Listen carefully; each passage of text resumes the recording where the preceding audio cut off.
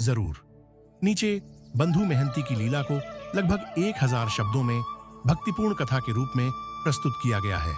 बंधु मेहंती की लीला ओडिशा की पावन धरती पर नीलाचल धाम के समीप एक निर्धन किंतु अत्यंत श्रद्धालु ब्राह्मण रहते थे, जिनका नाम था बंधु मेहंती। उनके पास न तो धन था न संपत्ति, पर उनके हृदय में प्रभु श्री जगन्नाथ के प्रति अटूट प्रेम और विश्वास था। वे दिन रात प्रभु का स्मरण करते, भिक्षा में जो कुछ मिलता उसे प्रभु को अर्पित कर ही स्वयं ग्रहण करते। बंधु मेहंती का जीवन अत्यंत सरल था। वे प्रतिदिन प्रभु जगन्नाथ का नाम जपते हुए गांव-गांव भिक्षा मांगते और जो भी थोड़ा बहुत मिलता उससे अपना और प्रभु का भोग चलाते। उनकी भक्ति इतनी निश्चल थी कि वे प्रभु को साक्षात अपने घर का सदस्य मानते थे। एक दिन बंधु मेहंती के जीवन में बड़ा संकट आया। उनके घर में अन्न का एक दाना भी शेष न रहा। कई दिनों तक भूखे रहने के बाद भी उन्होंने प्रभु से कभी शिकायत नहीं की। वे कहते, हे जगन्नाथ, तू जानता है तेरा दास भूखा है, पर तुझ पर मेरा विश्वास अडिग है। उसी समय पुरी में एक महान यज्ञ का आयोजन होने वाला था। राजा और पंडितों ने निर्णय लिया कि यज्ञ के लिए दूर दूर से ब्राह्मणों को आमंत्रित किया जाए। बंधु मेहंती को भी निमंत्रण मिला, पर समस्या यह थी कि वे इतने गरीब थे कि यात्रा का खर्च तक नहीं उठा सकते थे।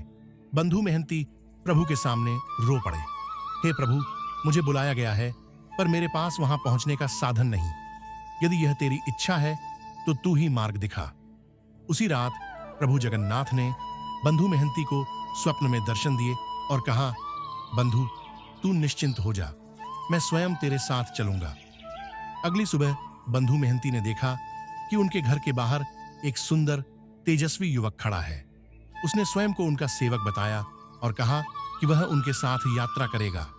बंधु मेहंती समझ गए कि यह स्वयं प्रभु की लीला है, पर उन्होंने इसे गुप्त रखा। यात्रा के दौरान अनेक कठिनाइयां आईं, भूख, प्यास, थकावट, पर वह सेवक हर बार किसी न किसी चमत्कार से सब हल कर देता। कभी भोजन प्रकट हो जाता, कभी रास्ता आसान हो जाता। बंधु मेहंती का विश्वास और भी दृढ़ हो गया। पुरी पहुंचने पर यज्ञ आरंभ हुआ। सभी ब्राह्मणों को भोजन परोसा गया, पर जब बंधु मेहंती की बारी आई तो रसोई में अन्न समाप्त हो गया। आयोजकों ने उन्हें अगली पंक्ति में बैठने को कहा। बंधु मेहंती शांत रहे। वे मन ही मन प्रभु से बोले, हे नाथ, जहां तू है वहां भूख कैसी। उसी क्षण वहीं सेवक प्रकट हुआ और रसोई में गया। आश्चर्य, अन्न के भंडार फिर से भर गए। सभी अचंभित रह गए। राजा को जब यह समाचार मिला तो उन्होंने स्वयं आकर बंधु मेहंती से पूछा।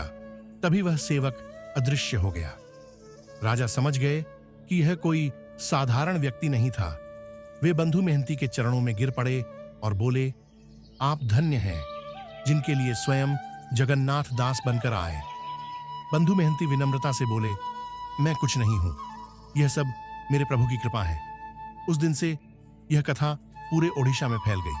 लोग समझ गए कि प्रभु जगन्नाथ धन, पद या वैभव नहीं देखते, वे केवल सच्ची भक्ति देखते हैं।